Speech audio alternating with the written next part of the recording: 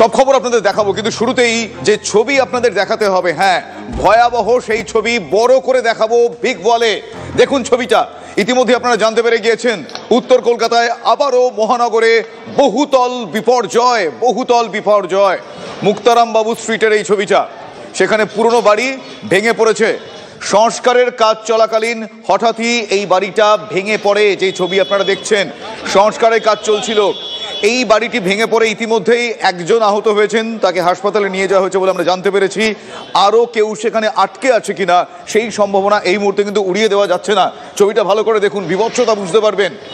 মুক্তারাম বাবু স্ট্রিটে আজকে একটি বহুতল বাড়ির একাংশ ভেঙে পড়ে এবং সেটা সংস্কারের কাজ চলছিল বলে জানতে পারা যাচ্ছে। ধ্বংসস্তূপের নিচে, মানে এই ধ্বংসস্তূপের নিচে কেউ আটকে আছে কিনা খোঁজ চলছে। আমার সহকর্মী তন্নিষ্ঠা মজুমদার এই মুহূর্তে রয়েছেন সরাসরি হটস্পটে। তন্নিষ্ঠা মজুমদার এই মুহূর্তে রয়েছেন, আমি তন্নিষ্ঠাকে দেখতে পাচ্ছি এবং যেই ছবিটার বর্ণনা করছিলাম সেই ছবির সামনে আমার সহকর্মী দাঁড়িয়ে আছেন। তন্নিষ্ঠা, আমি জানতে চাইবো যে সম্ভাবনা এই মুহূর্তে এখনো কেউ সেখানে আটকে আছে কিনা, সেই প্রশ্নের উত্তর পাওয়া যাচ্ছে না, একটু জানাও আর কি জানা যাচ্ছে প্লিজ।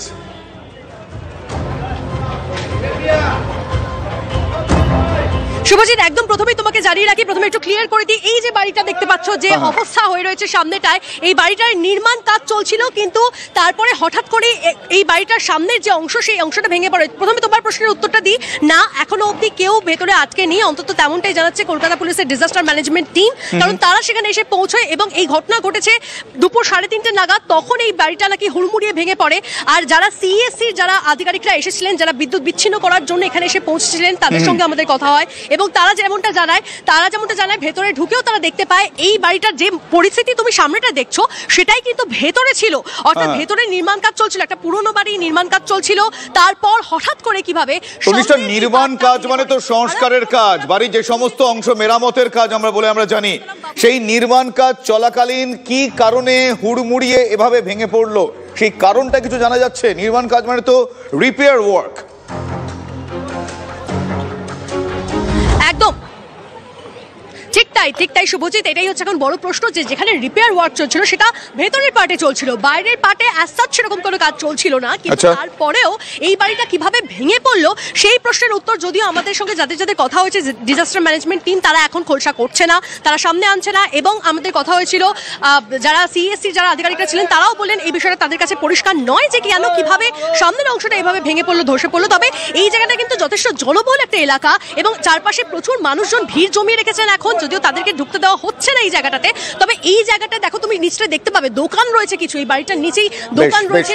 আমি বুঝতে পেরেছি তনিষ্ঠা, আমি আরো একবার একদম সংক্ষেপে জানতে চাইবো, এই মুহূর্তে যেহেতু খুব সাম্প্রতিক এই ঘটনাটা ঘটে গিয়েছে, যাতে ফার্দার রিপিটেশন না হয়, আবার না ঘটে, তার জন্য কি বন্দোবস্ত, সেখানে ঘেরাও করে রাখা বা ইত্যাদি, সেটা প্লিজ একবার দেখতে চাইবো।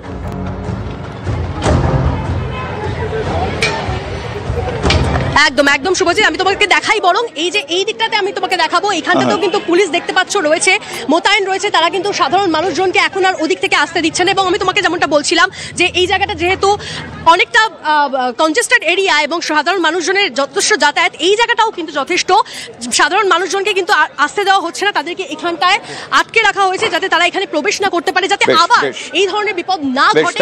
থ্যাংক ইউ তনিষ্ঠা, ধন্যবাদ। তোমরাও সাবধানে কাজ করো এবং সেখানে এই মুহূর্তে যা পরিস্থিতি নিঃসন্দেহে দুশ্চিন্তার তো বটেই, কিন্তু এই মুহূর্তে আটকে থাকার কারোর সম্ভাবনা সেই অর্থে নেই বলেই এখনো পর্যন্ত জানা যাচ্ছে, আমার সহকর্মী জানাচ্ছিলেন এবং সেই ছবিও দেখাচ্ছিলেন।